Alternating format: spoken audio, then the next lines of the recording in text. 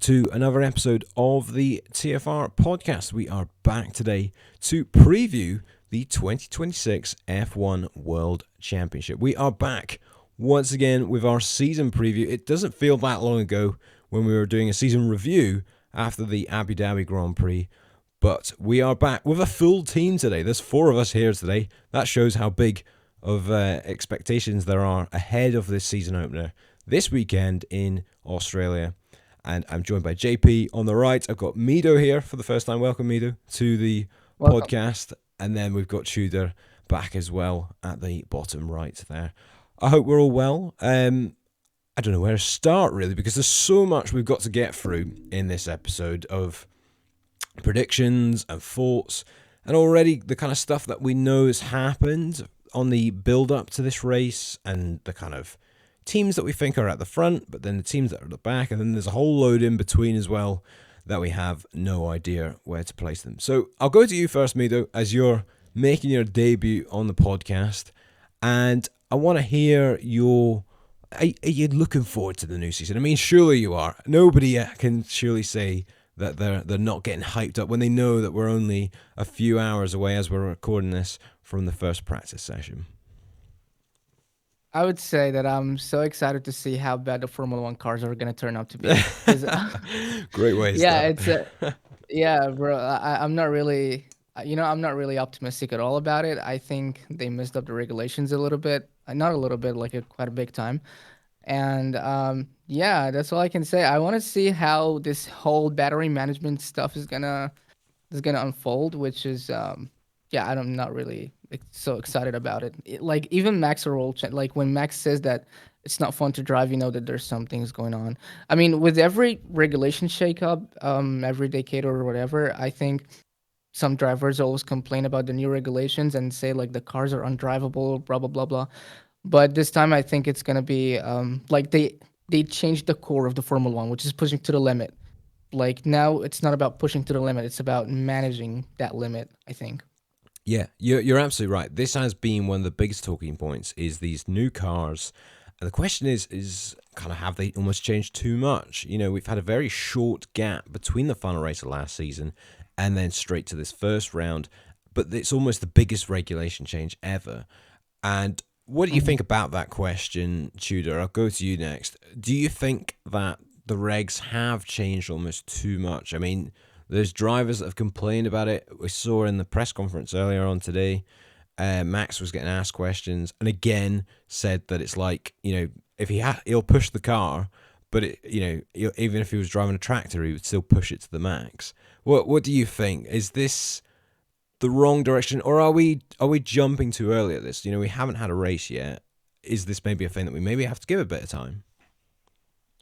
I mean, in my opinion, it's the change in the wrong direction. It could have been a big change in the right direction, but I think I mean, people were asking for V8s or V10s to be back, but they just made the car even more electric.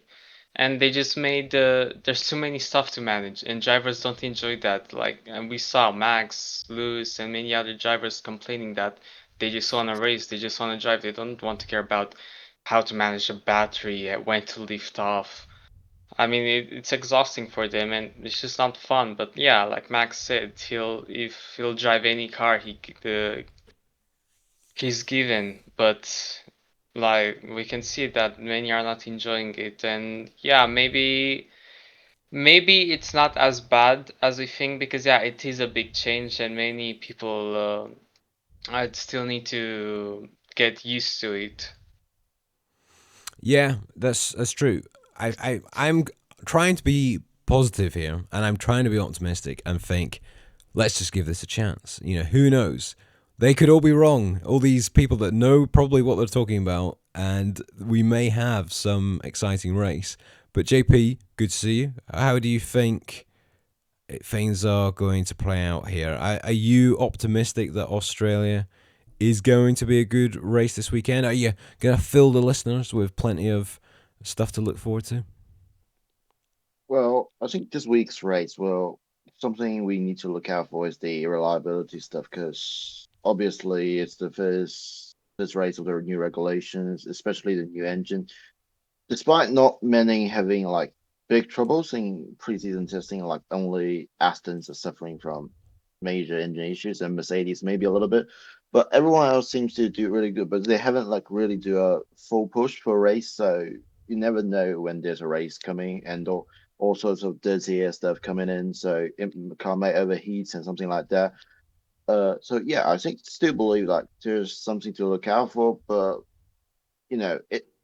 it may be not as good as we thought, but it is what it is. We get this, but at least the car is getting smaller, getting lighter. So yeah, let's just keep a positive mind and going forward. Exactly. That's the right attitude, I think. But I like the look of the Ferrari. I can't lie. I do like the look of the livery. And in some bizarre way, that car looks a bit more simple compared to the others. And I think that works quite well. When I'd say maybe some of the other liveries aren't maybe too much to shout about. But we did talk about that a little bit in the preseason pod. So if you want to check that out, that is also available on YouTube and Spotify if you want to hear our thoughts on things like that. But the last little bit of news that we picked up from today from the press conference, and the big kind of talking point was obviously Aston Martin. They've had these big issues in preseason testing with their new Honda engine and all sorts of new changes and things that have happened with this new regulation. And they were saying basically that the car is very limited on the amount of laps it can do. So Stroll, I think, was about 15 laps he said that he could do, which is partly to do with his, I think, broken wrist. I think he had a few years ago at one of the races. And then Alonso, I think, can only do 25. And it's to do with the Honda engine and the ICE and the vibrations it's causing with the chassis. So basically the car, they've said, is like they're being electrocuted whilst driving. I mean, how ridiculous is that? Yeah, that's absolutely ridiculous, and that's exactly why I'm not really excited about these cars, and that's why I still think that it's a step in the wrong direction, like drastically in the wrong direction. Because going down a straight of Las Vegas and having to downshift to save more battery or something like that, that's absolutely ridiculous. Like, how can you drive something like that? As actually, I think Max, when he said it's Formula E on steroids, that's literally the best thing he could have ever said about these cars. Yeah, absolutely. And I don't know, I feel for Aston here, I mean, I know we spoke about this a little bit in the last pod, Tudor, but surely this has been a huge mistake. I mean, even if they can turn this around, I mean, is this all worth it? If they can win races later in the season, which sounds crazy to say that right now, can this still be worth going down this route of Honda and making a lot of their own things? Like, they're making their own gearbox for the first time since they came into the sport. I mean, are all these things going to be worth it? I mean, yeah, they might actually have a good result. Not this year. I don't think they're even gonna get a top 5 this year. But it's interesting because Honda usually at the start of the regulations they were quite good of the last regulations. But now I mean, Aston Martin blame Honda, Honda blame the chassis, but in reality, it's a problem from both the engine and the chassis. Now I can't get into detail because I'm not that informed, but I think Honda can get back. They have enough experience to get back on their feet maybe next year, hopefully. And as of the gearbox, I don't really know. But again, Aston Martin has the most resources out of any F1 team. So it's really sad and honestly disappointing how the mo most resourceful F1 team is currently, in my opinion, the worst on the grid by far. But Alonso said that if this year's car is bad, he's gonna stick for 2027. But who knows? Maybe the car is that bad that it might just drive him to retirement. Yeah, I think at the minute, I mean, that's what is looking more likely. I mean, the fact that they've been saying that they can't actually run the car too long because it could potentially cause, permanent nerve damage. It's just crazy. I don't think I've ever heard anything like this. And this has the potential to be one of the worst kind of starts to a regulation by almost anyone. I mean, like, this is almost as bad as, if not worse, than the McLaren Honda, because 20 laps of the race, I think it's just going to be ridiculous. But anyways, we'll move on from that for now because we've got plenty of other things to talk about in this episode. And we're going to kick off with our predictions. Now, we're going to start with the drivers here. And I am ready for anything. I've done this before over the years with many different people, and I have heard some pretty crazy takes. So from the three of you, well, all four of us, shall I say, I am ready for any kind of crazy prediction with this one. But we're going to start at the bottom, and we're going to, well, what we'll do is we shall list in kind of groups who we think will finish to make this easier to work through. So, Middo, I'll go to you first. Could I have your 17th to 22nd in the driver's standings? You're going to either work up or down. Just fill us in on who you've got in that kind of bottom bracket of the Drivers' Championship. Pretty much I got at the very deep bottom of the grid. I got Lance Stroll, which is, Okay. it kind of matches up with the idea of the Aston Martin being absolutely a tractor this season. So I got Lance Stroll. I think Lance Stroll is a driver. I don't really like Lance Stroll that much, but with even when the car's too bad, I think Fernando can out qualify of Lance on a daily basis, basically. So that's why I got Lance Stroll as the 22nd driver. I got both of the Cadillacs at the 21st and the 20th. Because I think, it's a new car, it's a brand new team. They're still figuring out some stuff, and there's a lot to unpack about their car, a lot of things to learn, and I don't think they're gonna get the hang of it early on in the season. So, and I got Fernando in 19th, unfortunately, and I think it's gonna be his last season. So, It sounds crazy, doesn't it? yeah. Actually, I've been a Fernando fan for quite some time. And I got on the 19th, I think it's gonna be one of the Audis, maybe. Really? Not really sure. Yeah, I think one of the Audis. I think the Audis is gonna be not really up to speed, especially early on. And 17th, I got Gabriel Portoletto as well. So both of the Audis here. That's interesting. Obviously, we'll all say where we think. I actually think Audi I've got more faith of them than maybe some of the others, but I can kind of totally get your thinking though. You got the Astons there and the two new teams, if you like. So that all sounds pretty sensible so far. But JP, I'll go to you, or GP, shall I say? I'll go to you next. What do you think then from your bottom bracket, 17th to 22nd or other way around? How is that looking for yourself? 22nd, I go Fernando actually. Really? Fernando, Yeah, Alonso to finish bottom of the drivers. Not for pace wise, I would say. It's kind of, the way of his sheer luck is absolutely disastrous. I've never, like, he said himself, like, he's the unluckiest driver in the world, but like, you can't really argue with that, to be honest. Like, you've seen last year, you've seen the years before, and like his luck is just, it's just dismal, So I kind of just put him in the bottom for that reason, like pure luck stuff. Like he will be faster than Lance, surely, but maybe just an engine failure, another gearbox failure, a rear wing is broken, something like that. It's always something like very minor stuff, like breaks his race momentum. So that's why I put him last. Wow. And for second last, I put Sergio Perez in the Cadillac, because obviously the Cadillac, except for the Aston, Cadillac is clearly the slowest car on track. So I put him there.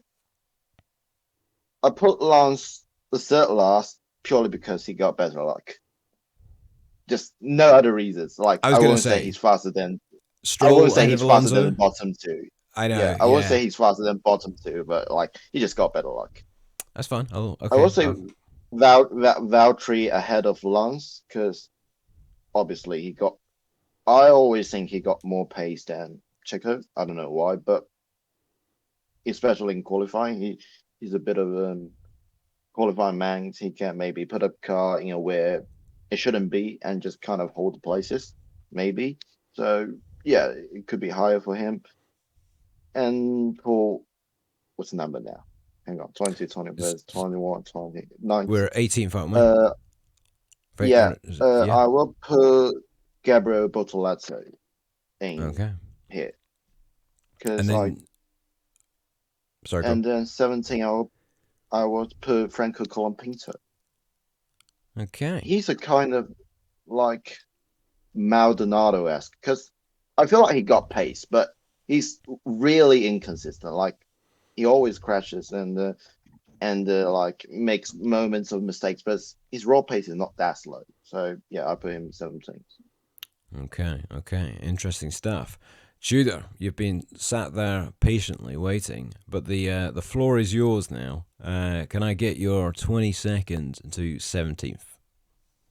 Yeah, so for my last place is also Lance Stroll, same reason as Middo said. Bad driver in my opinion, plus bad car won't equal any good results. For 21st place, I would say Arvid Lindblad. I don't have that much faith in him. Plus, the car doesn't look that good. The engine seems to overheat a lot because of that big gearbox they have. Uh, for 20th.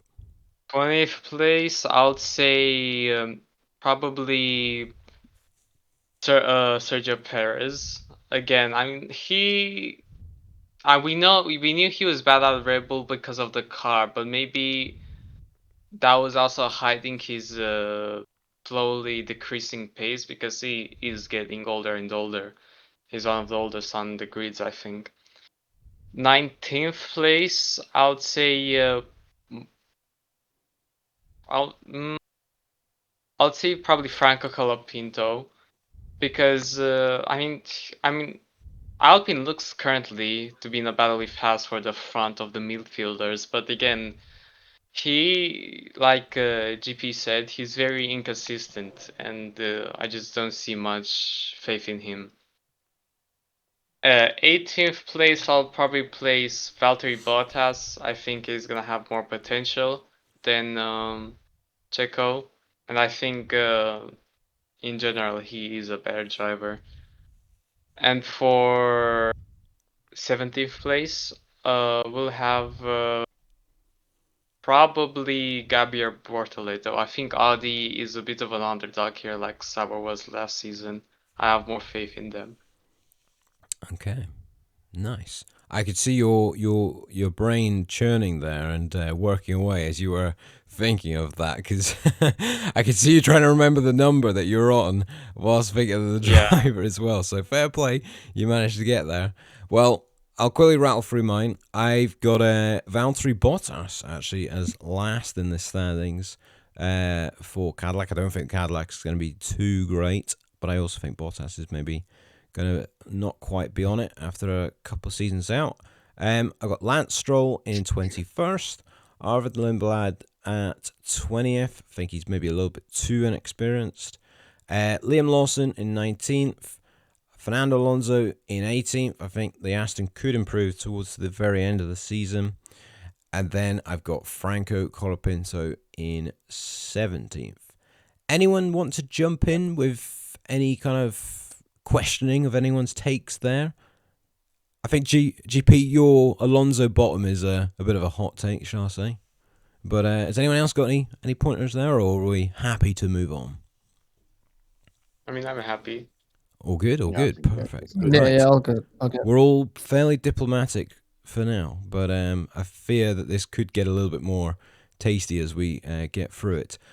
We'll work our way backwards, so I'll go first this time around. We're 16th up to 11th this time, and then we'll do the top 10 to round this bit off. So in 16th place, I've got Sergio Perez. I think he actually could do all right this season, despite it being a bit of a poor car.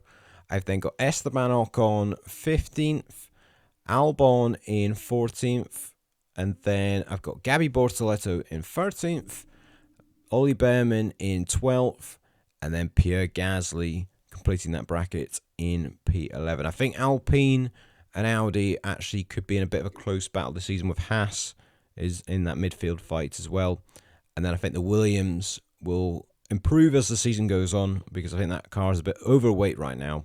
But once they start shedding it off, they will rapidly score some more points. Right. Remind me, it was Tudor, wasn't it? Yeah. You're next. Right. Your brain's going to have to get working again here, because give me your 16th to 11th, please. So for my 16th will probably be Liam Lawson again. I don't Okay. see much potential in him. Same with the car.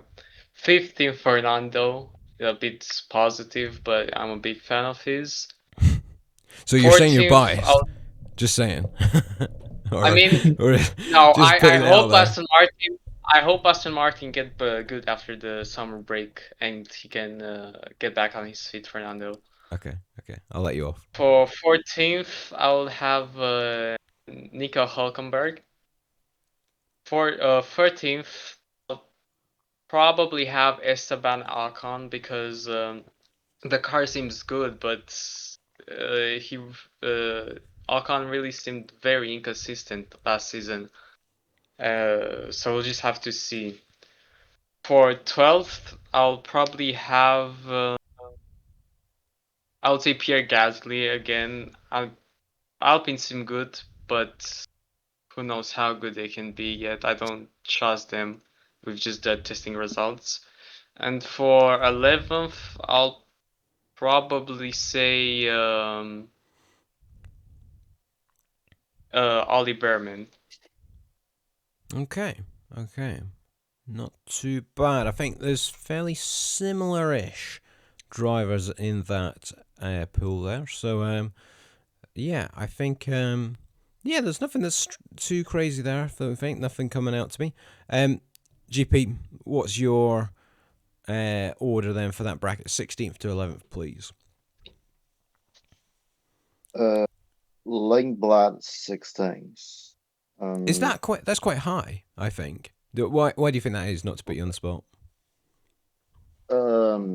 Just I feel like the V Cup is not as slow, to be honest. Like they are definitely faster than Aston. They're definitely faster than Cadillacs.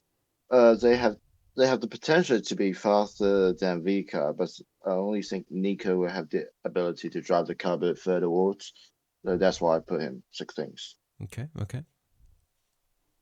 15th I will put Nico just because Audi is like there, can't go any higher. 14th I'll put Lawson. 13th I will put Alex Albon. 20th 12 I'll put Esteban Ocon out. 11 I will put Carlos Sainz. Yeah. Okay. Don't really think there's a Williams top 10, to be honest. Yeah, I think I fear for Williams that they've almost peaked a little bit last season, and then like this season it might be a bit more of a struggle. But what about you, Middo? Let's hear your 16th to 11th, and I'm curious as well if there's a couple of Williams cars in there. No, I don't think so. Actually, it's looking more realistic. Like I got Lindblad as same as GP in 16th. I think that's just purely based on the fact that Audis and the Cadillacs are just way off the pace. He's still like, I know he's still like a rookie and everything, but yeah, it's just purely to the fact that the others just suck. I got Franco Colapinto in 15th. Ollie Behrman in 14th. I got Ocon in 13th. Also Liam Lawson. Of course, it's pretty. I think it's a no-brainer to say that he's gonna outscore Lindblad. So I got him in 12th, and in 11th I got William, the first William here, Alex Albon, and in 11th. That's interesting. Lawson's quite high there of 12th, I think. If you think he's almost basically in the middle, like if this was last season, he'd almost be a bit like 10th or 11th if we had the 10 teams, if you like. Is that pure car, or do you think Lawson's maybe slightly underrated a little bit? I don't think he had that much chance at Red Bull last season. To be fair, only 2 races and then he got sacked, which is pretty ridiculous. Like Red Bull can do Pretty whatever they brutal. want at this point. Yeah, I think he didn't have that much chance. Tsunoda got pretty much all season, and I think he didn't prove to be drastically better than Lawson. So yeah, I think it's a little bit of understatement to say that he's a little bit high up the grade. Yeah, so yeah.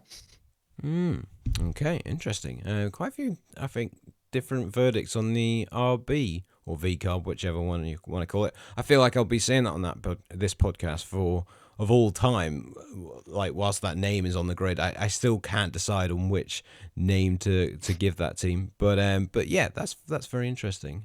I'll go straight back to you though, Middo, because next up is the big one. It is the top 10 drivers for 2026. And everybody has had their predictions on this one and who they think is going to be world champion. But we'll start at the bottom. Let me know your top 10, please. Okay. The first one is Pierre Gasly at Alpine at 10th. I think Alpine is not gonna be that terrible considering the fact that there are gonna be a lot of slower teams than Alpine. I think they at least they get a little bit of experience, and I think they brought in a new engine as well, right? Yeah, they have So Mercedes, yeah. yeah. So I think that's gonna help a little bit. So I got Pierre Gasly at 10th. At 9th, I got Carlos Sainz at Williams. And yeah, I think that's gonna be a surprise, but I got Oscar Piastri at McLaren at 8th. Wow. I got Oscar. Okay. Yeah, to be fair, I think that's maybe a bold prediction, but I don't think so. But I think McLaren is not gonna get the hang of it like last season. I think it's gonna be McLaren's downfall. So I got Oscar Piastri at 8th. I got Hadjar at 7th with Red Bull. I got Norris at 6th, and yeah, I got Antonelli at 5th. Where should I stop? Should I predict the whole top 10? Feel free. I mean, I kind of just probably dive in with just some rambling now and again. But I mean, I'm surprised to hear Antonelli ahead of both McLarens. I have to say I think that's a bit of a bold prediction. Dare I say it, Middo? I mean, they're the reigning champions. Yeah, that's totally understandable. But yeah, I think with every regulation shakeup, Mercedes seems to be always getting the hang of it better than anyone. So I think Mercedes is gonna be at the top, maybe fighting for wins or podiums at a regular basis. So yeah, I that's what I think. Okay. That's why they are gonna get outscored the McLaren. All right. So how's the rest of it looking? Until the world champion? Feel free. Yeah, you can go all in here. All right. Okay. Okay. I got Lewis Hamilton at 4th. Okay. Yeah, That's sorry fine. to break your heart. Sorry to break everyone's heart. I know. Hey, I might be Yeah, but I got British. Lewis Doesn't mean I'm a Hamilton fan. Just putting that out there. But Yeah, I know. It doesn't. It doesn't mean. But yeah, I got Lewis Hamilton here because I know a lot of people have high hopes for Hamilton. He's not washed by any means. He's not washed. Yeah, he's still a great driver, but I don't think that he's gonna come on top of Leclerc. So yeah, I got 4th. I got Lewis Hamilton, as I said. I got Russell at 3rd, and yeah, I mean, it's gonna get a little bit more controversial here. On 2nd place, I got Charles Leclerc. Yeah, they're I'm gonna trying to quite figure miss that. on. Oh wait, no, I'm seeing where this is going now. Yeah. Yeah. So Ferrari is gonna finally it's gonna be a great car. It's gonna be a great year for Ferrari. That's what I think. But they're not quite gonna get the championship. And Max is a world champion, just purely on the fact that Max is a brilliant driver, and that's what I think. Oh, I can see GP's head absolutely shaking left to right there in fury. Yeah. I'm gonna have to let you go on, JP. Say what you're thinking. First of all, I'm a diehard Max Verstappen fan. There's no doubt. But he's not going to win this. Honestly, like, I believe in his talent, but the talent overcomes a second was in the cars. That's, there's just no way. Because I feel like Red Bulls are definitely slow, are definitely the fourth fastest, because the Mercedes engine stuff because the power ratio, the 1:18, 1:16 stuff, as we all know. Ferrari's looking pretty quick, and I heard this morning that they were Charles doing his faster lap on how many? On around 15 kilos of fuel, which is pretty terrifying if you think like that. So yeah, so basically, from my perspective, Red Bull is definitely the fourth fastest car, and I just can't see any person can win a championship in a fourth fastest car. I mean, like, yeah, sometimes in 24 and 25, Red Bull are the fourth fastest car, but if it keeps on whole season, there's no way you can win a championship. That's my take. But yeah. What do you think about Yeah, that? I kind of agree. I kind of agree what you say, that there is a physical limit to the car and they cannot outperform the car. Yeah, you can outperform the car, but still there's a limit. And I can totally agree with that. But don't forget that there's more factors to play here that come into play, which is Ferraris are gonna suck. Ferraris are gonna pull out the most diabolical strategies ever. You are annoying yeah. a lot of people already on this. Yeah. Yeah, bro. That's all things considered, like, of course, we cannot forget that Charles Leclerc is a little bit crash prone. Shall I say? I'm a Charles Leclerc it gets fan, worse. by the way. It gets worse. Yeah, I'm a Charles Leclerc fan. Just to put this out, I'm a Charles Leclerc fan. So, but I'm also realistic and I'm also fair. So, yeah, if Max really is gonna get his foot down, yeah, I think he's gonna get it, even if he doesn't have the fastest car. Interesting. I didn't really expect that. It sounds crazy because I think Max he is in his prime, I think, at the moment, in the past few years almost, shall I say. And the fact, last season he was able to drag that car into the title fight, albeit the car was obviously upgraded towards the end of the season. You know, they found the right balance, and that was what, all those things came together to be able to put that challenge to McLaren. But, yeah, I think, like, in this regulation, if it is a bit of a free-for-all at the start, then absolutely, I can hear what you're saying. But yeah, we'll see. I think it's interesting. There's definitely a bit of a debate there. So, I will move it on, though. But thank you, Middo. GP, you're next. I mean, if that's one down, I'm prepared for anything here. I can see you've got probably a cunning list here to reveal, and I'm going to need to be prepared for what I'm about to hear. So go ahead. 10th is Pierre Gasly. Like, Alpine's, like, it's limited here. That's fine. Yeah. 9th, Isaac Hadjar. Okay. 8th, yeah. Ollie Behrman. Ollie Behrman in 7th. Hang on a minute. 8th. Yeah, I didn't say ahead of a Red Bull. Yeah, I didn't say Ollie Behrman. Yeah. Really? Yeah, I'm saying that. That's how confident I'm in Ferrari and Ferrari systems this season, to be honest. You can see. Blimey. Yeah, I can see you guys are shocked, but to be I'm honest, stunned. Never mind shocked. Yeah. I'm like the Aston to be honest, drivers. I do think he's the most. What's the word? He's the most completed driver out of the 25 rookies, to be honest. I should say, because I do feel like VCAP last year was an easier car to drive. Like everyone, you see, Yuki can does well. Like frequently goes into Q3 with that. Liam can do that. Either can. It's just an easy car to drive. It doesn't really prove to me that Isaac is really just a fast driver in anywhere, because the car's adaptability is high. So you never know what he's going to do when he's getting a Red Bull, which is usually a tricky car. Okay.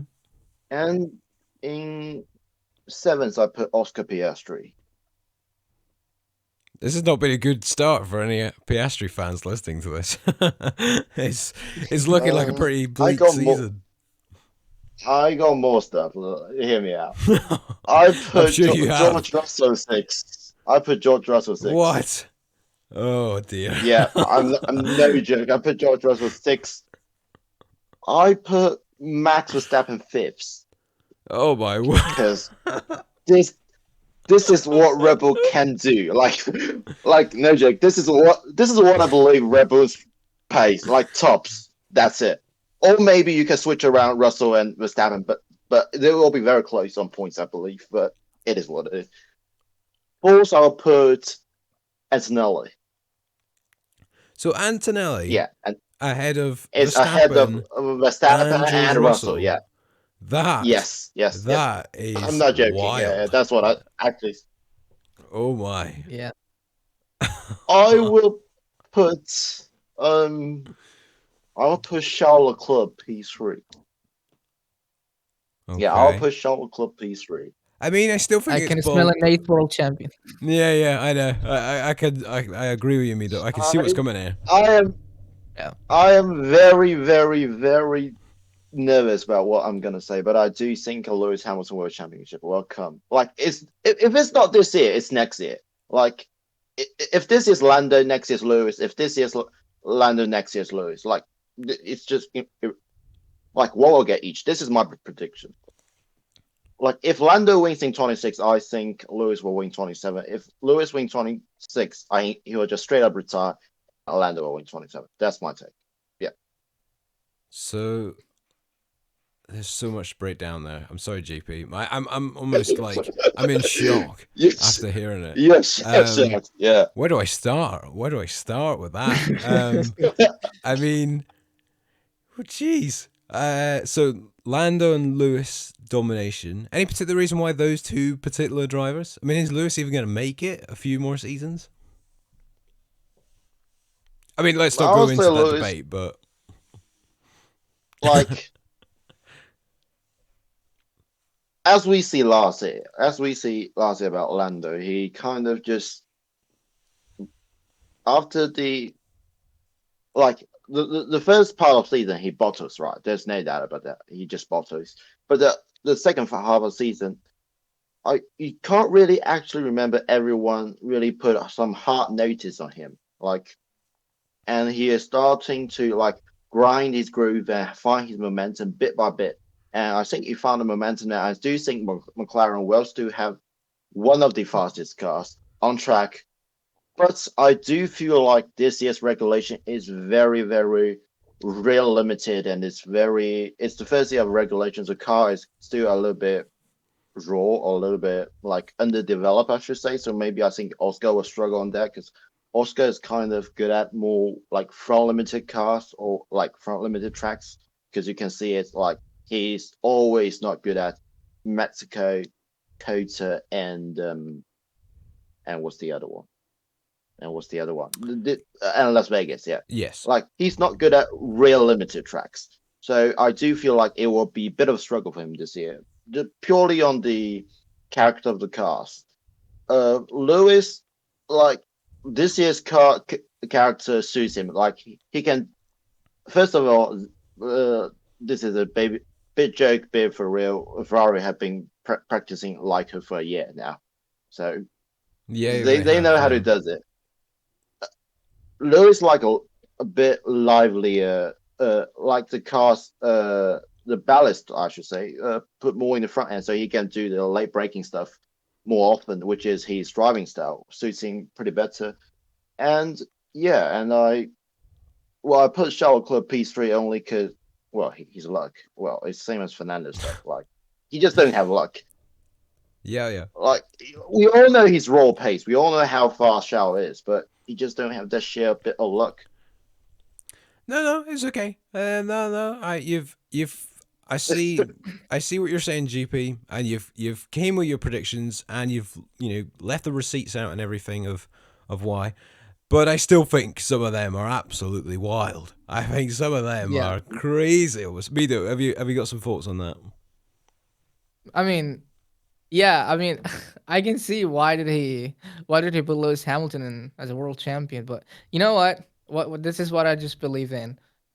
You can outperform the car, or you can outcome everyone on the track, but can you outperform or can you outcome the Ferrari experience? I don't think so, bro. I don't think so. I don't. This think is just so. becoming Ferrari slander podcast. Never mind. Yeah. Anything else is like. The thing is about And you know what? The one ain't had a race who's yet. saying that is is anybody here a Ferrari fan? No, I'm not. Yeah, Yeah, dare I'm a I put my Ferrari. hand up? Yeah. Yeah, I'm a Ferrari fan, and I'm a Ferrari fan, and I'm dissing Ferrari because I'm so fed up. Seriously. So yeah.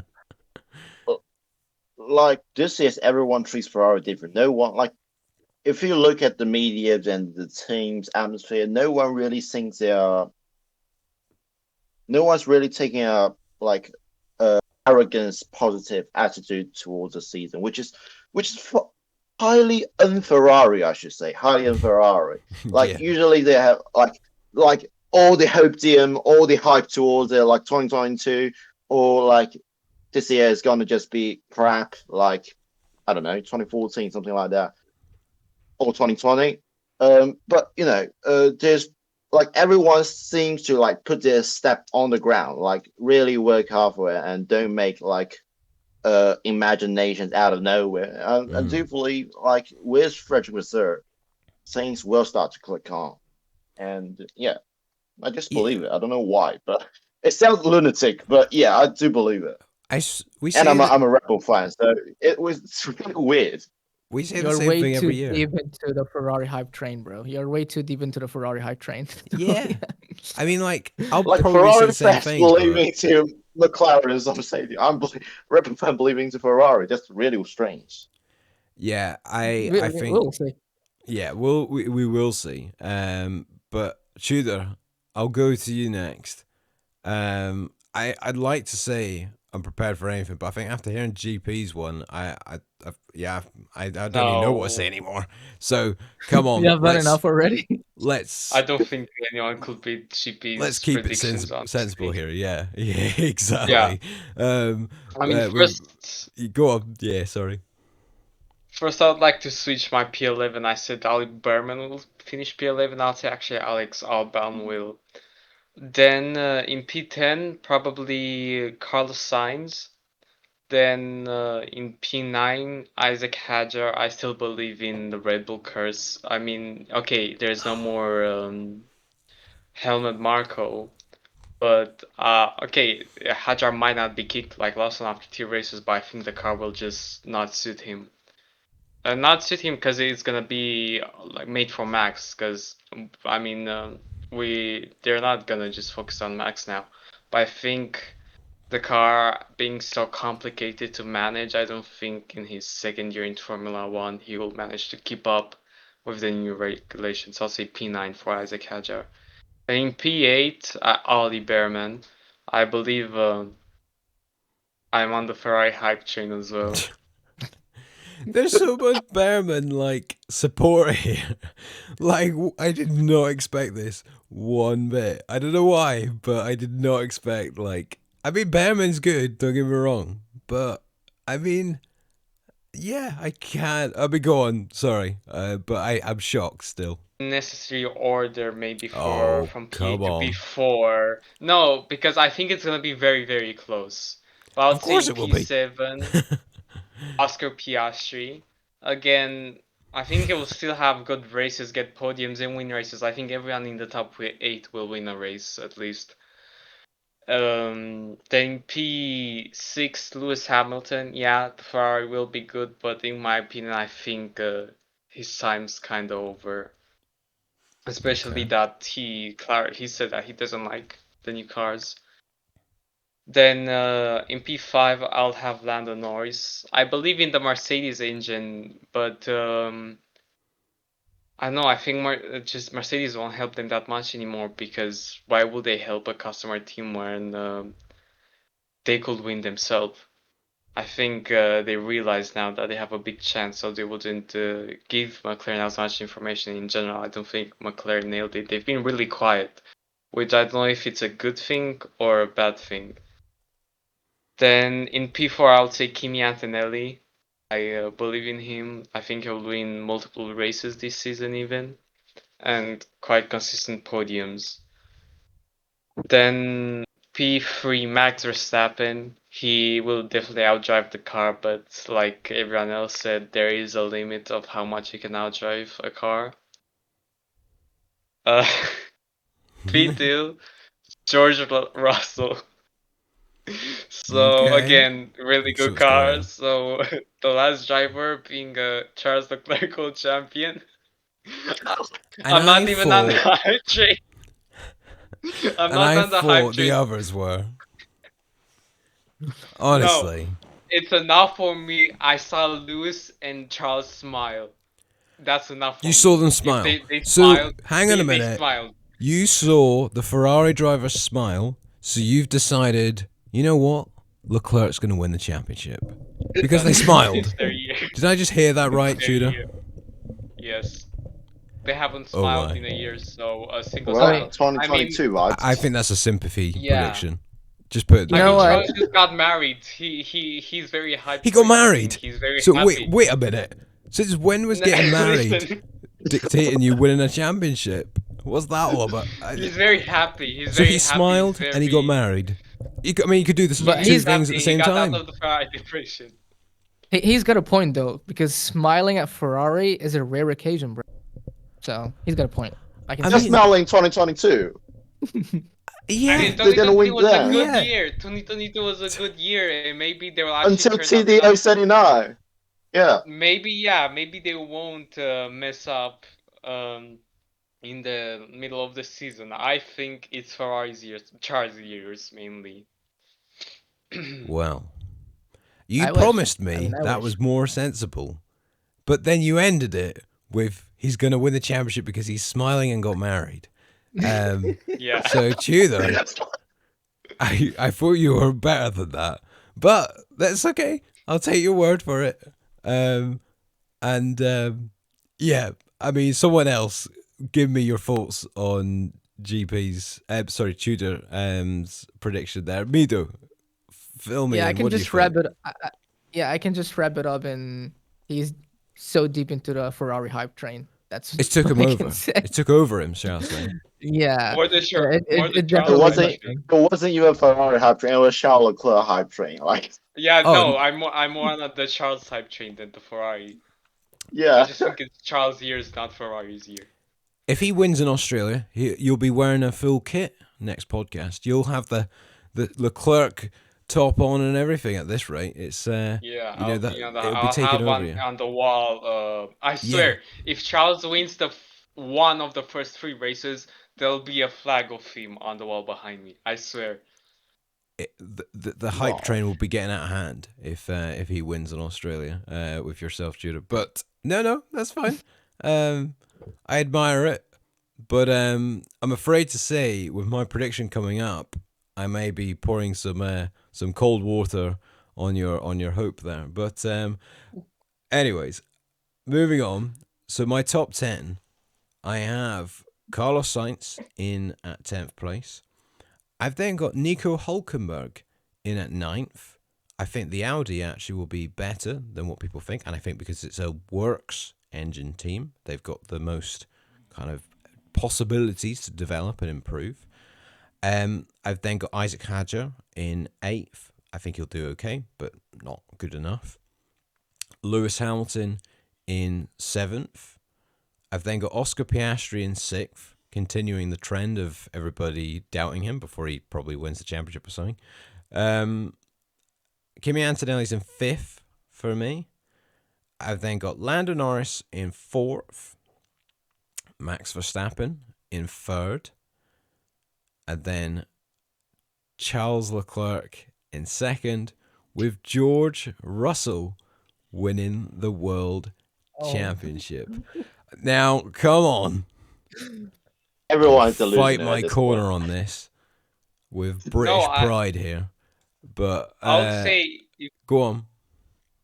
if I had to go safe, like if someone said you have to bet like money or something valuable on who will be world champion, I would go safer and I would say Russell will be the champion. But I'm too much on the You'd be copium to believe that.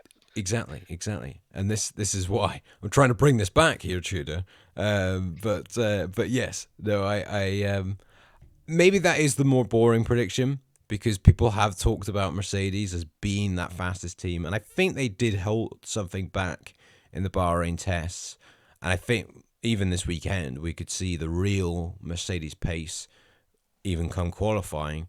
And I think we might be like, okay, these guys will be pretty good. And I just think with how George kind of destroyed Kimi last season, I know like towards the end of the season, Antonelli did improve a lot, but the actual head-to-head, I think it was really one-sided. So for me, I think Russell will come out on top in a season-long title fight with Leclerc and Verstappen. Who wants to go first at questioning my top 10? Middo, I could see you're primed and ready. Yeah, you don't think that Antonelli and George Russell is gonna have their fair share of some scrap? Maybe. Scrap is a minor word. Yeah, I can Maybe. see that coming. I can see that coming. Antonelli, yeah, Antonelli was not as fast as George last season, but I can see he's at the trajectory of getting there. So yeah, I can see some scrap, and that's why I didn't put any of them as a world champion, because I can see that there's gonna be some clash that's gonna make them lose a lot of points. I think for me, Yeah. George last season showed he's got the team leader kind of trait now of like he can get the consistency going. I mean, think of the start of the season where the Mercedes wasn't anywhere near as quick as the McLarens, and probably Max on his day could still beat Russell. And I think he is still better than Russell by quite a bit. But I think what George showed is that consistency that you need in these kind of championships. And if it is going to be close this season and reliability as well being an actual thing this season, when like a lot of other seasons recently, that's not really been a factor every single race. I think George has showed that he can be consistent now. He's not the driver of a few years ago where he would make the mistakes and really kind of do silly things to throw away wins or podiums. And I think as well, like Toto Wolff is probably scarred from the Hamilton Rosberg years. That I think if it got bad, he would probably do something about it. I mean, I don't think for his own mental health he could go through another Hamilton Rosberg scenario with Russell and Antonelli. So I think I hear what you're saying, but I think they would kind of sort something to make sure that they won the championship. Because let's be real, if Mercedes get a chance to win the championship, or they are the favourites already probably, they're going to make sure that they get this. So that's my thoughts on it, at least. So Yeah, it makes sense. I think it's gonna be so tricky to handle the tension between the two, because the pair of them are so hungry for a championship, and you got a rookie that's trying to prove himself, and you got a experienced driver who's trying to also establish himself in the sport. So it's gonna be tricky to handle the tension between these two. But we will see how things are gonna unfold. Indeed. GP, I saw you were I maybe will not say as two much as things. before shaking your head, but you were shaking it a little bit. I will say two things. Two minor Oh. stuff. First thing is completely my opinion. Is I think Kimi has more raw pace than George. I don't know what you guys think about it, but that Ooh, is my take. Especially when you look push at about. their junior formula paces, like Kimi, like just basically except last year's no, not last year, the year before in Prima, like that car was kind of, to be honest, a bit shit. Every year, like he's P1, P1, P1, P1, P1. George didn't manage to gap Lando in an ART in F2, which kind of says it all for me. That was a long Lando time was in ago. a Lando was in a Carlin, and I remember Alex is in a Dams, right? If I remember correctly, I think Alex is in It a was. Dams, Yeah, it was, and yeah. also and yeah. So I do think it's a bit of from raw pace side, like not, and also I think like his 3 years in Williams, like have been like really dragging his improvements because he doesn't really have a competitive team. Like it's Logan Sargent, Nicholas Latifi, and Robert Kubica. Like there's no serious competition for him. Like just you can't really have the learning curve of if you have a competitive teammate, which like Lando have Carlos and and Alex also has Carlos now, and he has Max before, so it was different, to be honest, for me. And second thing is, I want to remind you back to Mexico last year when George asks Mercedes to let Kimi let him through, right? Mercedes basically ignored him until George's tire was like dead. Like he is not faster than Kimi anymore, and then Kimi let him through, and he's not getting any faster, which kind of makes me feel George isn't really considered the number one driver in Mercedes, even though he's way further points ahead. So I'm kind of suspicious on that. So yeah, I know, but that's my take. You may be suspicious. So when they're battling for, but sorry, go ahead. No, you may be suspicious, GP, but I think that's being quite harsh. You have to remember George beat a reigning 7-time world champion in 2022. Well, obviously 2021 happened. And he beat him in 2024. Lewis is washed in ground. I will say Lewis is washed in ground FX car because it just doesn't suit him at all for his driving style. That's my take. And under the braking stuff, because like you can't feel the car anymore with that. So yeah. Go ahead, Middo. You were gonna say something. Sorry. I was just gonna say that I think it's not a great idea to take references from Formula 2 because everything is just basically different. Cars are different, the environment is different, and I was about to say that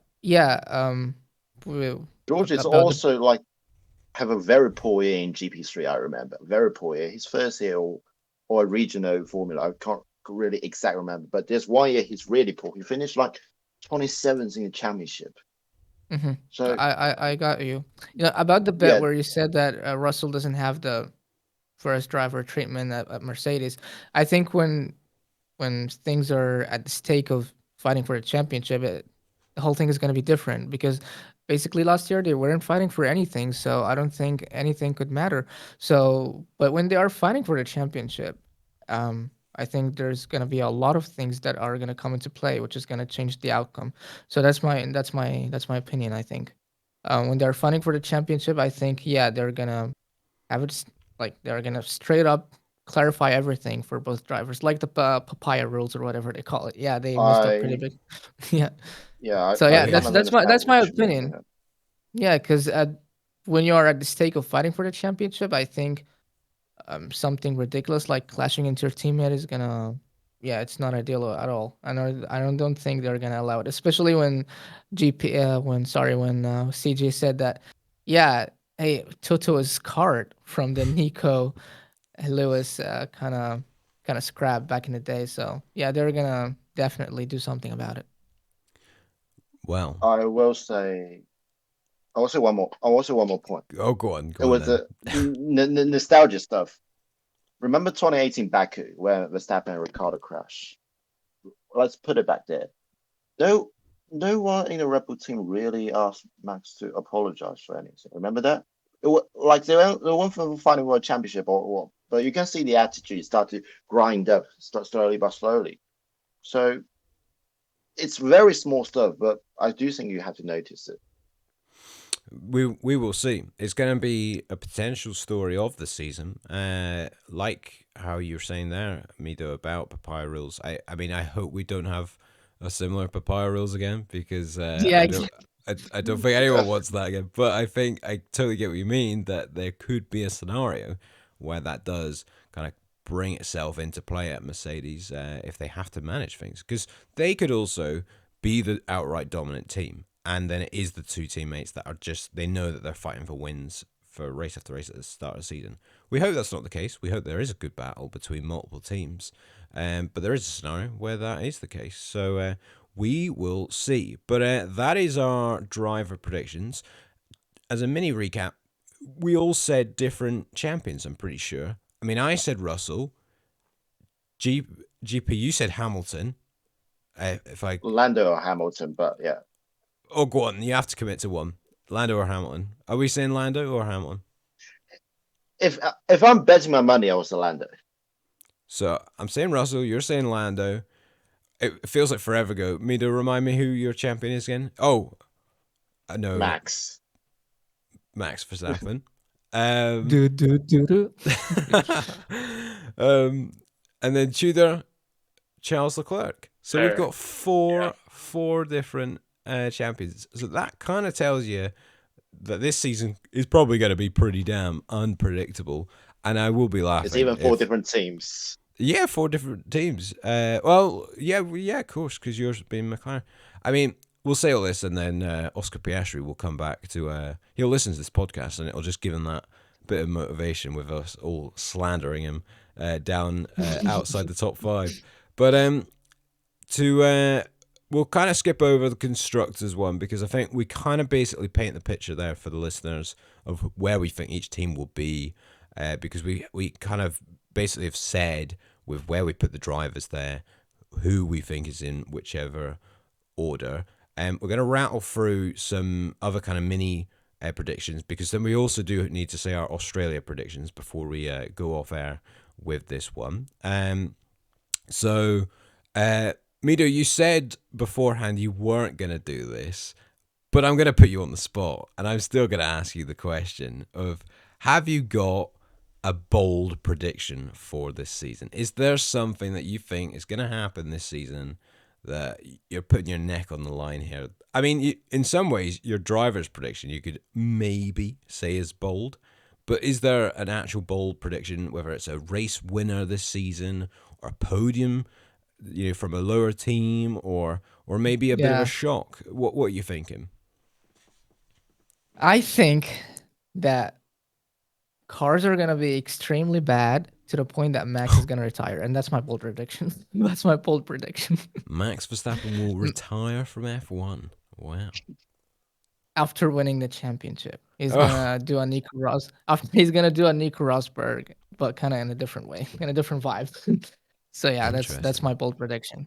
He's going to retire because it's not fun to drive. If they didn't really fix it or do something, maybe. But yeah, he's going to retire. That's my bold prediction. Well, I do think every single interview I've seen him do, he's basically slated these new regs. So if he stays like that, then there could be that possibility, because these regs are going to be here to stay. So yeah, no, that's interesting. But Tudor, I'll go to you next, actually, to mix it up. What's your bold prediction of 2026? Say Max, Lewis, and Alonso will retire this season. You've just pitched that. You asked me for a bold. No. You asked me for a bold prediction. This is my bold prediction. I think them 3 will retire this season. You've just took his and then times it by 3. But no, I can kind of get that. Oh no, because I had the same thing in mind. That's true. To be honest, I was about to say that as well, but I didn't want to stretch it that much. So yeah. But well, he's done it for you. But yes. Well, there's a theme of retiring drivers here, but yes, that is also very bold. GP, what's your bold prediction of 2026? Since these two said it, I'm not gonna touch any retirement stuff. So I'm gonna say Ollie Behrman will win a race. Ollie Behrman will win a race. Yeah, I will just say it. What is this Ollie Behrman stuff? It just gets more and more. This is almost keeping up with a Ferrari hype train at this rate. But so Ollie Behrman to win a race. Is there any particular race you've got in mind, or any scenario? Is it a bit of a crazy race that he's going to end up winning, or is Haas gonna rock up and just be super quick somewhere? Bit of half dry, half wet stuff, and ooh, I like it. Ferrari mixed conditions. Yeah, and it's something like Hungarian. Like, remember Ocon won his first Grand Prix? Yeah, I think it's something like that. Yeah, I can see something like that in my mind. Well, you best believe the 2026 Hungarian Grand Prix, if the forecast is a little bit of rain, keep an eye out for all of them. And so no, thank you, JP. That will be interesting. My bold prediction is I think Audi will score a podium this season. I think that's a little bit more sensible. But I don't think anyone said that. I don't think anyone thinks Audi's going to be quite that good. But I think there will be an Audi on the podium this season. So yeah, maybe a little bit more of a sensible one that time. Anyone got any thoughts on that? I mean, I'm definitely with you. I think Audi is quite a big underdog. I mean, I have Audi as a team in my fantasy team. I think because pretty much Audi is mostly Sauber rebranded, and we saw how much growth they had in 2025. And I think they can keep the same growth and consistency into 2026. And yeah, I genuinely do think they're gonna have maybe not a podium like you say, but maybe a top 5 appearance from, let's say, Nico. So I really have hope in them, and I do believe they'll do good. Okay. You were going to say something, Middo, there. So it's gonna be a second podium for Nico, right? I think so. Yeah. I think so. That would be the safe Obviously, bet. yeah, I mean, definitely. Gabby Bortoletta, though, you know, I mean, he had a bit of a rough end to last season, but you never know. He could, just again take that step up this season. And I would rule him out. But yeah, I'll go with a Hulkenberg podium. I don't think anyone won't mind that if that happens again. This one's a bit more tricky because this is real kind of guesswork here. Because I think, again, every time we've done this one, nobody gets this right. But what do you think will be the best race of the season? GP, you can go first on this one. Is there a best? Hang on, I need to Oh, check come the on, you can calendar, remember the 'cause, calendar. It's the same one as last year, plus Madrid and minus Imola, I'm pretty sure. um, definitely definitely not Bahrain and Saudi, because I don't think it will even happen. So, Oh, that's a whole other topic that we've actually not even covered yet. But yes, yeah, but keeping on track there.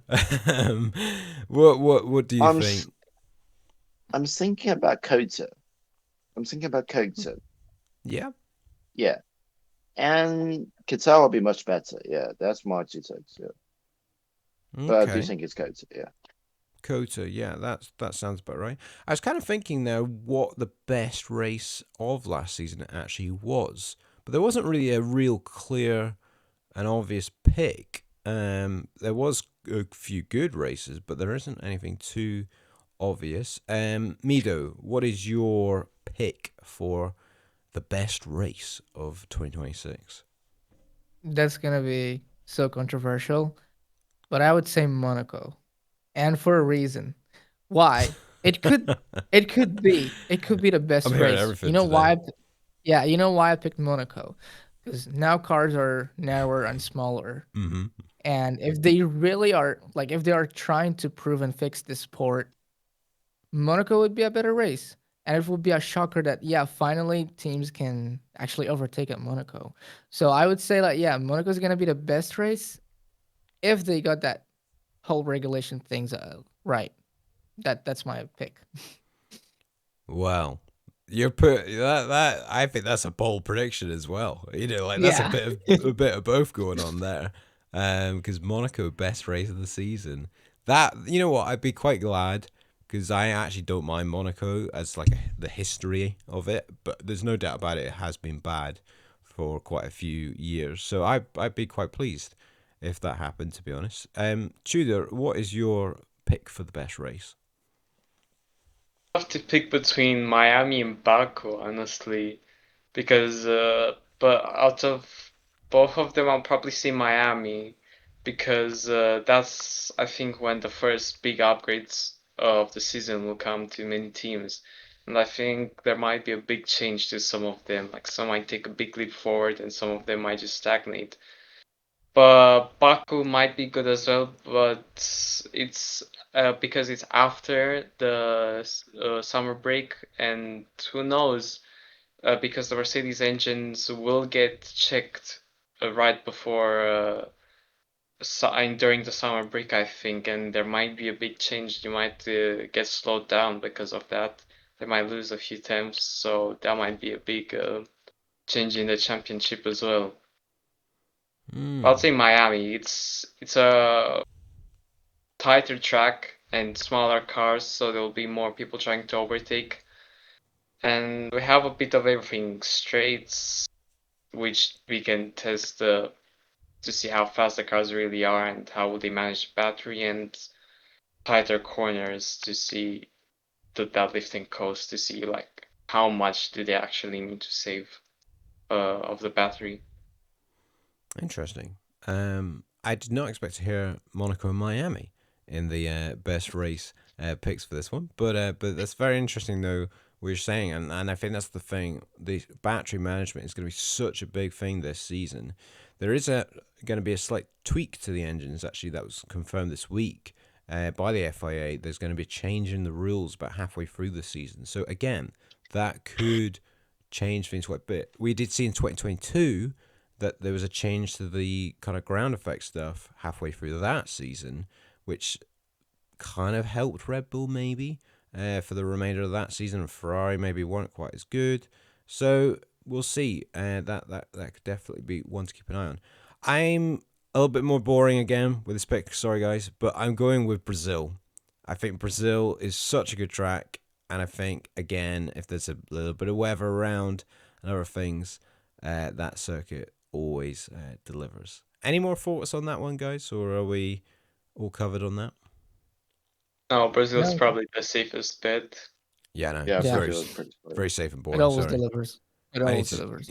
I need to keep, like I say, I need to keep the sensible stuff going on here. But what's actually some quick thoughts on the Madrid GP, because obviously, with this being the preview, that is obviously a thing this season. That's going to be a big thing when it comes around. I don't think anyone's figured about that right now, but obviously the Madrid GP will be our new race of this season. Are we kind of good about that, or are we thinking it's not so good? What do you think? I wanted it to put in my biggest flop of the season, and I'll actually say it won't take spoiler. place. I'll But- say it won't even take. No, I'll say it will not even take place. I don't think it's gonna be the Really? track will be ready then. There's current photos of the Madrid or however it's called, and it just looks like one of those monster track jams. It's just like dirt. It's just like dirt hills, and it's 7 months until it starts. I honestly think it might not take place, and maybe Portugal might replace it. Like Oh. it'll come a year earlier. Yeah, that's a good point actually, because Portugal is coming to the calendar, and I actually wonder if the Bahrain and Saudi races get cancelled. I wonder if Portugal could be one of those circuits with Imola, and I think Turkey was the other one mentioned that could potentially fill in at the last minute. But that's actually fair play, Tudor. I can hear where you're going with that there. That was a good point made there. But GP, are you excited about this new Madrid ring, or are you thinking this is just another car park of a circuit? I am not exciting at all. I'm can I'm tell. watching the virtual onboard lap as we talk, and it's been halfway through the lap, and I haven't found one single obvious overtaking spot, which is to be honest, it's pretty bad. Like there's no really actual hairpins on the track. It's more like 90 degrees, straight circuit chicanes, and the hairpin is more like Zandvoort. It's a loophole with banking. So just not really much overtaking spot, and also the track is quite narrow. So and also too many places where you need to do full throttle. So yeah, also a big challenge for the battery. So not really looking forward to that. Not at all. I can hear what you're saying. The Like, onboard lap, I'm really it doesn't look concerned, great. to be honest. Yeah. I'm really concerned, to be honest. Yeah. Are you thinking similar, Middo? I mean, I don't like the fact that it's built literally next to an airport. I mean, of all the places that they could have built it, they decided, you know what? Let's put this right next to an airport. What a great looking place that'll be for a track. Yeah, maybe. Maybe the airplane is gonna distract the driver or something. Yeah. Yeah. So, yeah. I mean, they could have probably brought Turkey. Turkey was such a great track Mm. back in the day. Um, so yeah, I'm not really excited about it. We'll see. I mean, it's all about money at the end of the day. So Sadly. yeah, yeah. That is the thing, and hopefully that won't get in the way of obviously the Bahrain Saudi races. Obviously, there is this Middle East conflict going on at the moment. We still don't know if the Bahrain and Saudi GPs will go ahead. In WEC, the World Endurance Championship, they've already postponed their season opener at Qatar, and that's a lot easier for them. They have a much smaller calendar. With F1, that's pretty impossible for them to postpone either of them races. So again, we'll keep up to date with that this season, and I'm sure once we have some official news on that, we'll cover that on the pod. But last one, guys, is the flop of the season. We can probably rattle through this, but Middo, I'll go straight back to you. What's your flop of the season? The flop of the season is just the regulations. I didn't pick any teams. I think it's just the rules suck so much that I picked them as my flop of the season. The I rules. don't like it. Yeah, the rule. Like I don't like it. The regulations seems like way off. So I don't like it. That's my flop. Okay. Tudor, what about you? What's your flop of the season? I mean, I already said mine. It's a safe decision to say Matt Ring will be a flop, but I would say it's gonna be such a big flop that it won't take place because I already said it won't be finished by that time. Okay. GP, what's your flop of the season? I'm very hesitant to say this, to be honest, because I really haven't thought through after the last season. Oh dear. But I think it's Gabriel Bortoleto. Bortoleto I think, as your flop of the yeah, I think it's season. Bortoleto. Like Ooh. he will, this will. I don't know how this opinion will age, but this is my opinion. Yeah, like Hmm. he is just he's just not good enough for me, to be honest. But let's just say it like that.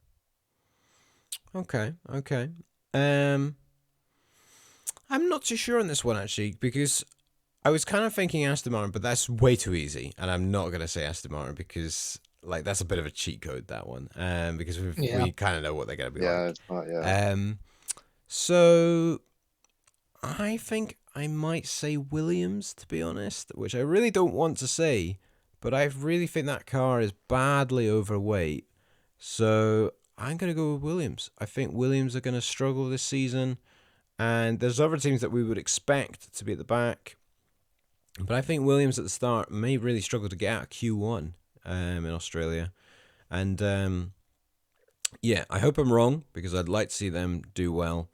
But Williams are going to be my flop of the season.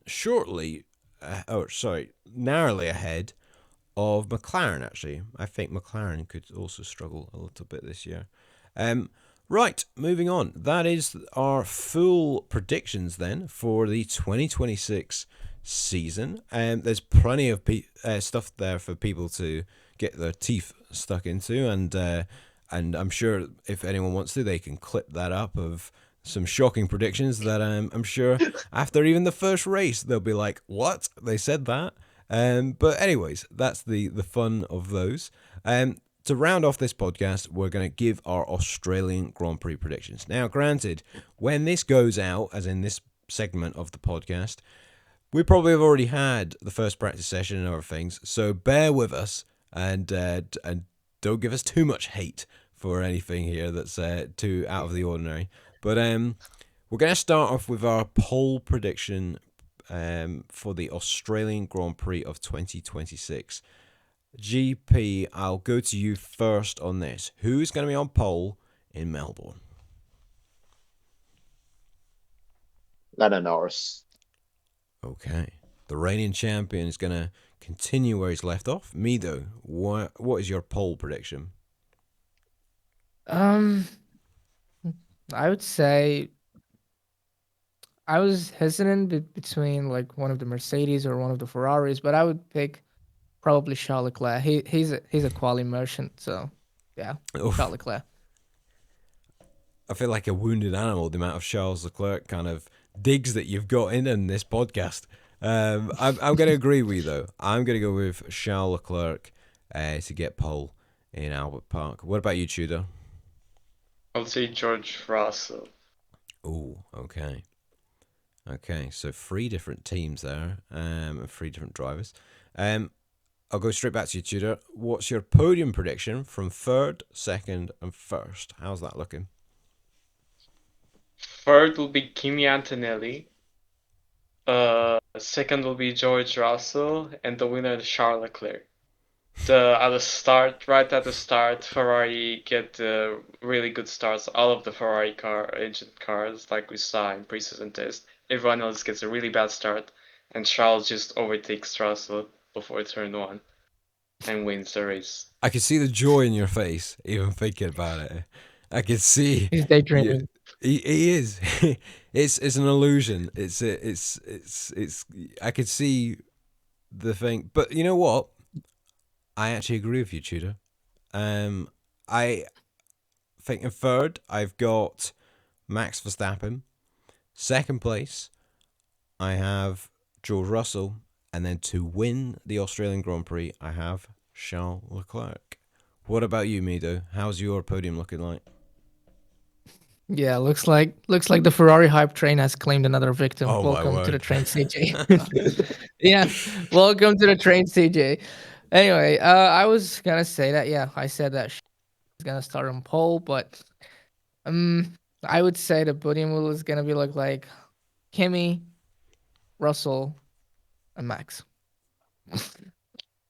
So Max to win in Albert Park. That would be quite a shock, I think, with the way that Red Yeah. Bull was pre-season. So, interesting. I could definitely see the 2 Mercs though. That is for sure.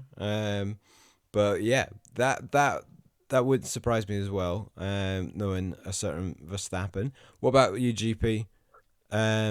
What's your 3rd, 2nd, and 1st here? Now, keep it sensible, okay? Kimi, He has to give a 3rd, warning now. Kimi, 2nd, George, 1st, Lando. Like Mercedes. That was pretty OP. sensible. Yeah. Yeah, No Mercedes, Ferrari. It just Mercedes OP. It's a high speed circuit. There's no much hard braking points. Mercedes engine just gonna OP. It's simple as that for me. Wait, hold on. Then if you think the Mercedes engine is OP, then how will Lewis win the championship? After It's not even- cutting after April 1st, because if I like we cancel the 2 from Middle East, right? That's 2 races less, and then I think we'll get a script like basically like last year, and the Maxes like Maxes were way off, and then after like Mercedes engine cut off, they will catch up faster. So and it will be very close, like at the last races. Interesting. There's quite a variety there of predictions, I think, and we will find out. Thank you, everyone, for listening to this podcast, and thank you to you all, GP, Middo, Tudor, for joining me on today's episode of the TFR podcast. We've given our predictions then for the season and the opening round in Albert Park this weekend. And we'll find out what is going to happen. Who will win the season opener? We will find out. And we'll be all over it this season with the new regs of F1. And we'll be putting out these podcasts pretty much every week and of when we can. And we'll be back next week to review the season opener in Australia. There could be maybe an odd small podcast in between as a little bonus, whether it's after qualifying or the race, just covering some of the action there. But we'll be reviewing the Australian Grand Prix in next week's episode. If you've enjoyed this episode, though, you can like it if you're watching on YouTube, and also subscribe to the channel. We appreciate anyone who does that. And then if you're listening on your audio platform of choice, you can also follow on there. We'll find out then who is going to win in Albert Park. Will it be the Ferrari hype train kind of taken off, or will Mercedes dampen those Ferrari hopes? We'll find out, and we'll see you in the next one.